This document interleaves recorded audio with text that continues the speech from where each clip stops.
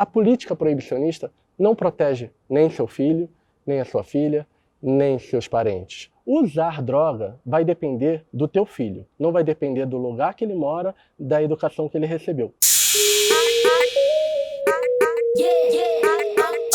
Meu nome é Eric Torquato, sou advogado e ativista pelo fim da guerra às drogas.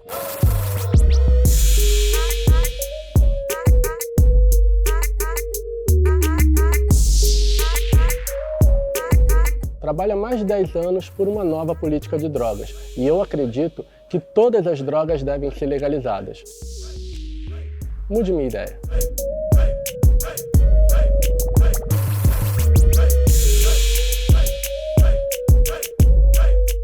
Oi, Eric, tudo bom? Tudo bem? Prazer. Tudo bom, prazer.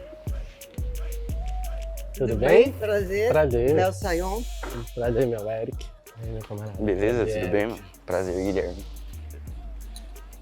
Sou advogado antiproibicionista e defendo uma política de drogas onde todas as drogas sejam legalizadas. O que você pensa sobre isso? Bom, eu sou relações públicas, trabalho com cannabis medicinal especificamente, dentro dos limites do que a lei brasileira permite. E sou a favor da regulação da cannabis, do uso amplo da cannabis. Agora, quando eu penso em propor algo similar a, por exemplo, crack, eu não consigo entender como isso pode, de fato, se encaixar na sociedade que a gente tem hoje como algo benéfico, né? A regulação ou facilitar o acesso a isso. Me apresentando, eu tenho um canal no YouTube, onde eu viso dar mérito para quem tem propósito. Eu nunca te entrevistaria porque eu não concordo com o seu propósito.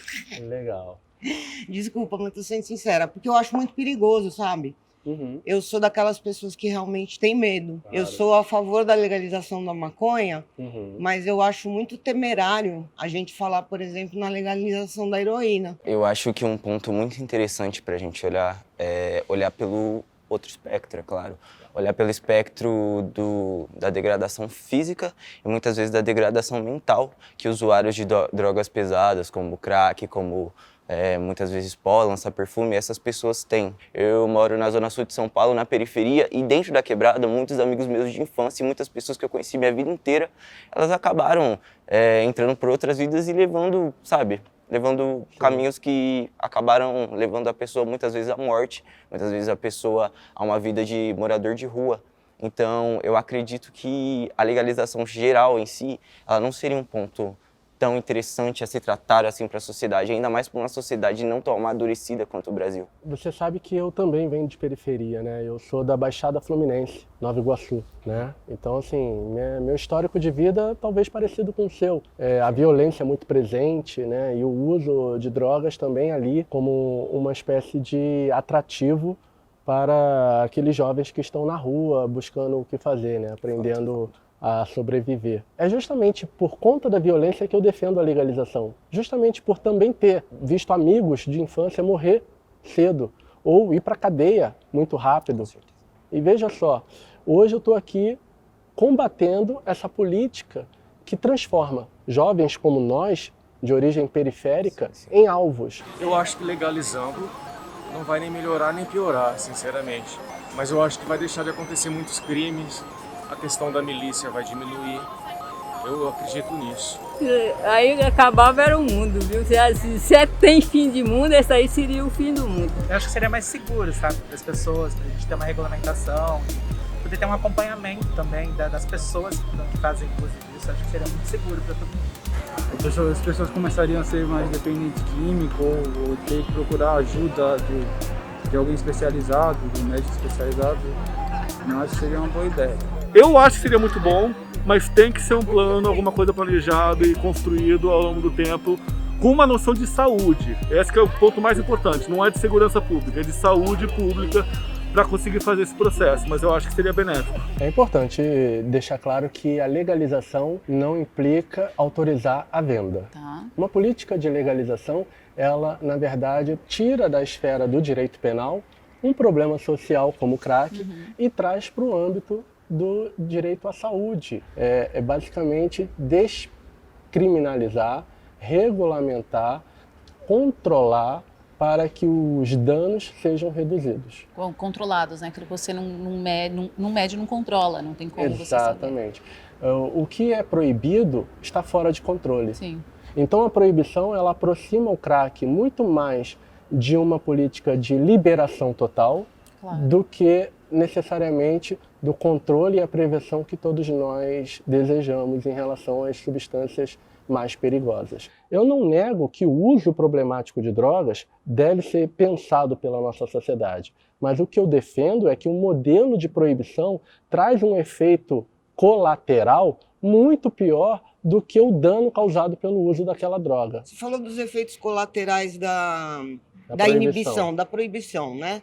E os efeitos colaterais do consumo da droga? E a agressividade de um cara que consome cocaína e sai por aí atirando nas pessoas? Tem uma divisão muito clara entre o cara que consome crack e o cara que não consome crack, porque é uma droga que acaba com o ser humano.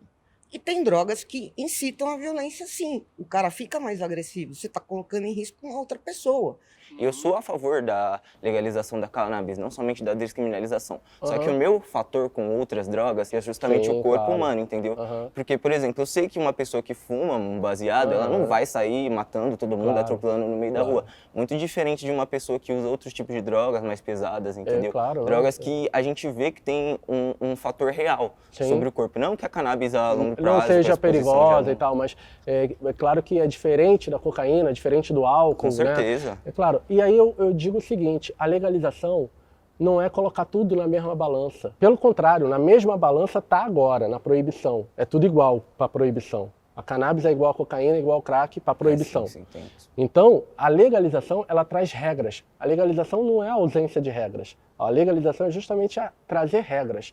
Então, para cada tipo de droga, considerando o seu potencial nocivo, vai ter uma regulamentação específica. E o tratamento que o Estado dá sai da esfera do direito penal. Então a gente traz para o direito administrativo, regulamenta, coloca regras, quem pode comprar, onde pode usar, quem pode vender, como pode vender, o que pode ter dentro da substância. Por exemplo, o pino de cocaína. Você não sabe se aquilo dali é cocaína ou se tem pó de vidro misturado. Quem acha que a proibição está protegendo o filho, caso ele venha a usar cocaína, não sabe que ele pode vir a cheirar pó de vidro. Agora, assim, imagina o seguinte, se você regulariza, tá?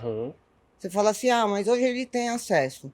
Eu não sei, mas se eu fizer uma enquete com os meus amigos perguntando se eles hoje conseguiriam sair e comprar heroína, eu acho difícil a maioria me falar que consegue. Porque a heroína não é uma droga muito usual no Brasil. A questão da heroína foi muito, por exemplo, debatida em países europeus, porque lá havia uma cultura de uso da heroína e que gerou problemas, como, por exemplo, a disseminação da AIDS, porque havia compartilhamento de seringas. O que esses países fizeram para lidar com o problema da heroína lá? Muitos deles trouxeram os usuários para um ambiente de uso controlado. O que eles conseguiram com isso? Ensinar, por exemplo, que não deveria usar heroína com água da privada, que não deveria usar heroína com seringa compartilhada. E com isso, reduziu não só a violência, a overdose por conta do mercado ilícito, mas reduziu também as outras doenças que vinham junto com o consumo clandestino de heroína, como a hepatite, AIDS, sobretudo a AIDS. Eu prefiro que o meu filho não use heroína a aprender que ele tem que usar heroína sem a água da privada. Se falar, a heroína aqui no Brasil não é de fácil acesso, tá? E o crack? Eu quero que o meu filho tenha acesso ao crack facilitado?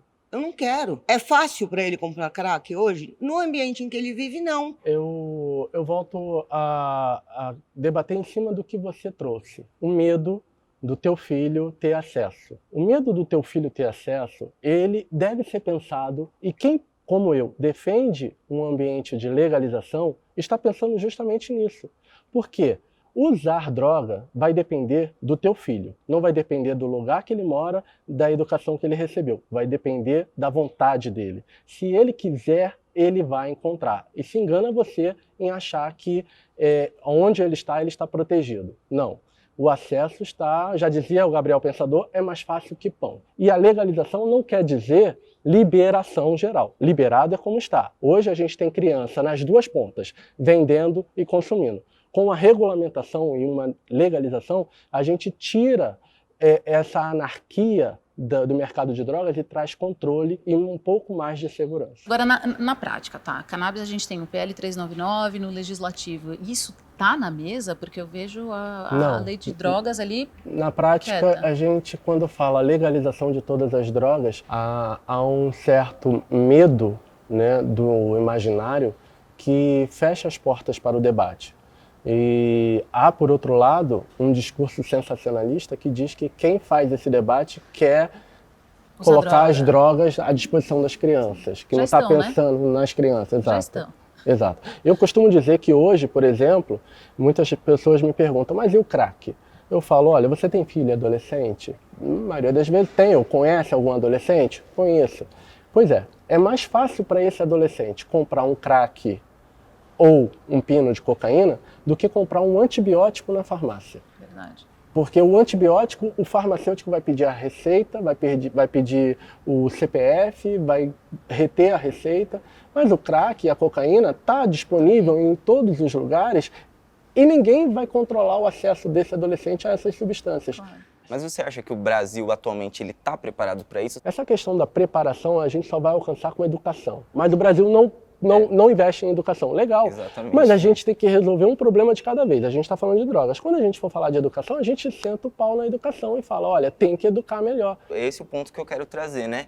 A consciência do brasileiro, Sim, ela ainda não está, não. digamos assim, desconstruída a esse ponto por conta da falta de educação. Então, quando você traz isso, eu concordo com você que a gente tem que tratar ponto a ponto, mas talvez a gente tenha que rever pontos que a gente não viu lá no passado, como, por exemplo, o álcool. Quantas vidas o álcool tira direta e indiretamente em um ano? Interessante. Eu também defendo essa política de regulamentação do álcool de uma forma mais democrática e mais criteriosa. Veja, a gente vê atletas de seleção brasileira comemorar o gol da seleção fazendo o símbolo de uma determinada cerveja. A gente vê empresas cultura, né? É uma cultura do consumo. O álcool está muito ligado à festa, à comemoração. Ninguém pensa em uso problemático de álcool quando vê o adolescente começar a usar álcool. Pelo contrário, o consumo do álcool também tem que ser repensado. Mas nem por isso eu defendo que tem que proibir o álcool, porque a lei seca não deu certo nos Estados Unidos, gerou a máfia, gerou violência. E aí a gente pode fazer o contraponto com o crack, por exemplo. A proibição gerou o crack. Falta de um controle sobre as substâncias que estão sendo oferecidas faz com que cada vez mais novas substâncias perigosas sejam disponibilizadas. Existem drogas e drogas. A gente tem a situação da Cracolândia em São Paulo, que é muito delicada. E muitas vezes quando a gente pensa em pessoas em situação de rua, são pessoas que consomem álcool, consomem drogas porque o problema não são as drogas necessariamente, são uma situação de desamparo social completo. Então é difícil chegar para uma pessoa e pensar como eu posso tratá-la, se o que ela precisa na verdade é uma série de coisas que antecedem as drogas e a gente não consegue oferecer. Eu acho que quando a gente fala, por exemplo, de legalização da maconha, eu acho que o primeiro ponto é muito menos facilitar para o usuário o consumo, e eu acho que o principal foco seria combater como as autoridades, como a justiça vem combatendo o tráfico, entendeu? Eu acho que é uma forma completamente errada. As pessoas que são acusadas são sempre, quem é criminalizado sempre é pobre, negro, pessoas periféricas, entendeu? Ser lícito e ilícito tem muito a ver com o lado histórico, né? Quando a gente fala, por exemplo, sobre maconha, a gente sabe que é uma droga de origem negra, né? Pelo menos aqui no Brasil teve esse lado trazido pelos escravos. Então, ela ser criminalizada diz muito sobre o que a gente acha que é legal e o que não é legal e quem tem a hegemonia do poder, né? Um dos maiores problemas da cidade que eu não convivo, que é São Paulo, é a Cracolândia, entendeu? E você não está preocupada com as pessoas que chegam e que estão lá. Eu estou muito preocupada, por isso que eu acho que tem que reprimir o crack. Eles não teriam que ter acesso Reprimir ao o crack ou o usuário? O crack, não o usuário. Mas a política Quem de vende drogas, o ela crack? reprime quem? Ela reprime quem vende. Ela reprime quem vende? Sim, senão a chega Cracolândia lá- não estava na Quando rua, ela chega estava dentro lá da prisão. naqueles vídeos que nós assistimos, tacando bomba, dando porrada, cacetada, internando de forma involuntária, sequestrando, tirando toda a dignidade, é todo mundo traficante? Cara, tudo bem. E a quantidade de pessoas que morreram por conta do crack, que perderam a vida Aí e por que conta morreram? dessas mortes a gente gera mais morte. Não, por conta dessas mortes a gente evita mais mortes. A Como? gente tem que evitar o crack Como que e a não gente tá regulamentar o crack. E como a gente está evitando? Tem que aumentar A a repressão. proibição. Exatamente. A Mais proibição armas. do cara que vende. Mais armas, mais tiro. Como é que faz essa repressão? Como é que Cara, aumenta a repressão? Eu acho o seguinte, desculpa, eu sou uma idealista, para mim bandido bom é bandido preso. Bandido... Entendeu? E quem é bandido? Bandido é quem vende crack. Fizeram um levantamento sobre o perfil do bandido, esse que a senhora defende preso. Em 2018, 50% das pessoas que foram presas como traficante de crack tinham entre 9 e 10 gramas de crack no bolso. Sabe o que isso equivale? A 2 sachezinhos de açúcar. Uma coisa é você chegar para mim e falar assim, olha, tá sendo preso injustamente o cara que é usuário porque ele está sendo classificado como traficante. Concordo. Vamos mudar a lei e aumentar a quantidade. Então, abaixo daquilo, ele é tido como paciente. Por quê? Essa injustiça está sendo cometida. Então você concorda comigo que como está, precisa mudar. Sim, esse mas é um não... ponto positivo, Sim, legal. é a única debate. coisa que a gente concorda. Legal, Então, legal. aí a gente concorda, Legal. precisa mudar. Você acabou de sugerir, né, que a gente tem uma regulação para cannabis mais livre do que seria um acesso mais facilitado do que se daria ao crack ou substâncias nocivas, de fato. Agora, a gente tem referência sobre isso, porque no Brasil a cannabis está super restrita ainda, né? E de fato está em toda esquina. É uma grande hipocrisia dizer que ela não está liberada, porque ela existe, circula, mas como fazer isso de forma, na prática mesmo, pensando... É interessante a sua pergunta, porque a gente sempre se baseia em relação àquilo que já foi feito. Porém, a gente não pode se pautar em exemplos de fora e simplesmente tentar importá-los para o Brasil. É como fazer um transplante de órgãos sem fazer o exame de compatibilidade. Fato é que eu parto da premissa que a proibição não protege ninguém, não impede o acesso e, pelo contrário, ainda gera um outro problema, que é o aumento do encarceramento, o grande número de mortes decorrentes de confrontos que são originários de uma política de repressão armada, sobretudo nas populações mais vulneráveis. A sensação de segurança e proteção não aumenta, pelo contrário, ela diminui a cada ano, porque na medida que o Estado se arma, o crime organizado também se arma. E no fim das contas, quem lucra com isso é o mercado de arma, que vende arma para os dois lados. Essa questão de não confundir o usuário com o traficante, eu acho realmente fundamental. Bom, esse é um outro ponto, talvez para um próximo debate, porque eu entendo que o traficante, ele nada mais é que um comerciante não regulamentado, e não um criminoso hediondo, como a lei qualifica. O traficante só vende para quem quer comprar. O criminoso hediondo, por exemplo, é o estuprador. Não dá para colocar no mesmo patamar um comerciante não regulamentado com um estuprador. E a lei faz isso. O avanço é que a lei pode mudar. Eu acho que na vida eu aprendo sempre. Eu não sabia que o traficante era classificado como criminoso hediondo. Pois é. É? Eu acho que, por exemplo, isso também tem que mudar. Porque ó, que legal. Não dá para comparar um traficante com um estuprador. Assim, a minha grande preocupação, e eu acho que também é a sua, é a periferia. Com certeza. Eu acho que a regulamentação sem um resgate e uma reparação social, ela também não é adequada, não funciona. Então, pelo contrário, para que a gente tenha um avanço, toda e qualquer regulamentação, como a da cannabis, por exemplo, que eu também defendo, assim como você, tem que passar por uma política de reparação histórica.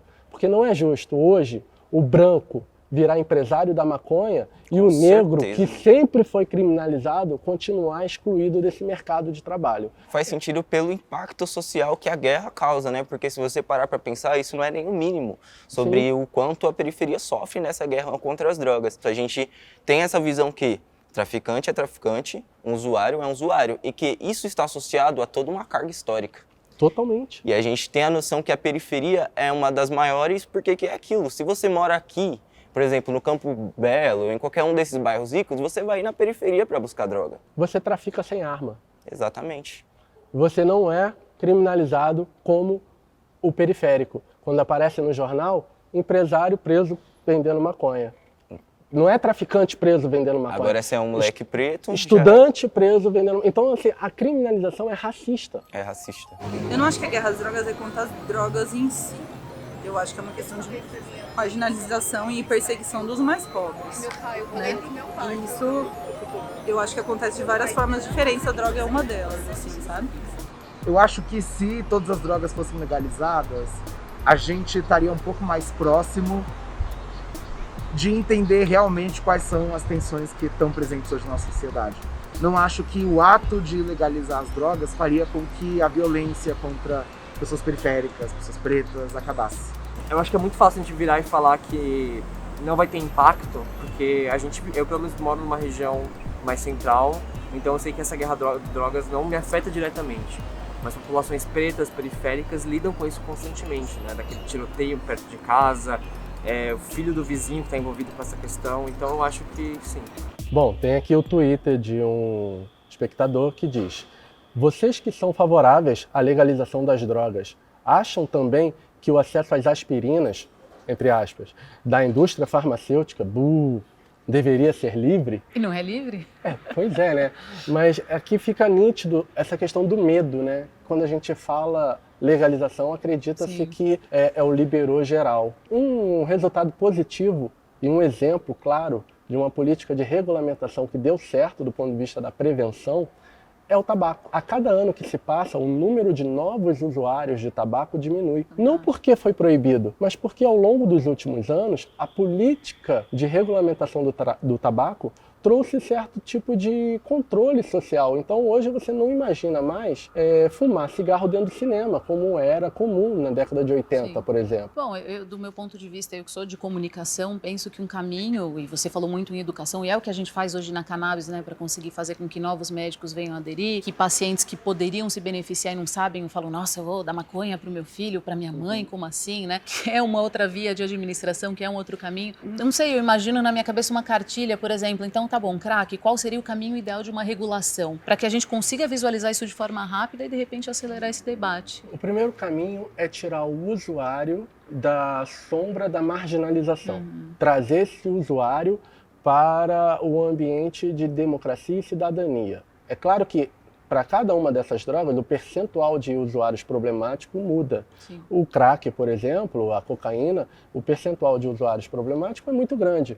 Porém, não é maior do que o álcool. Então, tá lá regulado, e que está né? regulado. E regulado de uma forma da qual eu não concordo. Ó, tem um Twitter aqui. A ilusão de que a legalização ou formalização de um serviço é o tiro certo contra o crime organizado. Quantos serviços tem? 3, 30, 300 concessionários e ainda assim são pirateados. O tráfico de drogas não desaparece com o estalar dos dedos da legalização. Então, eu acredito que assim, a guerra contra as drogas em si, por exemplo, se chegou amanhã legalizou, eu não acredito, é um pensamento como a gente ouviu bem romântico você pensar que pronto, acabou o tráfico. Mas eu acredito sim, eu tenho essa visão de que por exemplo, uma das pernas do tráfico, ela vai ser quebrada. Então, um dos braços que gera toda aquela criminalidade, ele vai ser discutido, mas, para ser bem sincero, eu não acredito que de uma hora para outra, quando legalizar todas as pessoas, elas vai tudo melhorar. Porque é uma visão muito Disney, se você parar para pensar, legalizou, melhorou. Não existe fórmula mágica. Tudo na nossa sociedade é construído a partir de mudanças históricas. Ao longo da história, mudanças demoram um tempo para a gente ver o resultado. Sim. A mulher não começou a votar de um dia para o outro, né? O negro não pôde sentar no lugar que ele quisesse dentro de um ônibus de um dia para o outro. E nem por isso o machismo acabou e o racismo acabou. Assim é com a guerra às drogas. Não é legalizando que a gente acaba com o problema da proibição de um dia para o outro. A gente precisa buscar outras formas de lidar com esse problema e construir ao longo da história as soluções de acordo com os problemas que vão se apresentando. Primeiro, tirar da mão do tráfico o monopólio da distribuição. Esse é um grande passo. Como você falou, a gente quebra essa perna. E eu não digo nem a perna, eu digo a espinha. A espinha dorsal do tráfico é o poder econômico, que é com o poder econômico que compra arma, que corrompe políticos e policiais. Então, a gente quebrando o poder econômico do tráfico, a gente já resolve um grande problema. Corrupção, tráfico de armas, encarceramento em massa. Eu concordo com você. Você me trouxe um ponto de vista muito interessante que talvez eu não tinha me questionado até então sobre esse ponto de legalização geral. Eu acredito que você mudou muito minha opinião, cara. Obrigado. Muito obrigado. Foi um prazer te conhecer. Prazer te conhecer. Tamo junto, quero ir no teu show um dia. Eu acho que é com isso, é debater, ouvir o lado diferente e avançar. Assim a gente vai avançar na política de drogas e vai, talvez, quem sabe, um dia chegar numa política mais democrática. democrática não, mas proibitiva. Eu não quero droga no mercado. Tudo bem. Obrigada.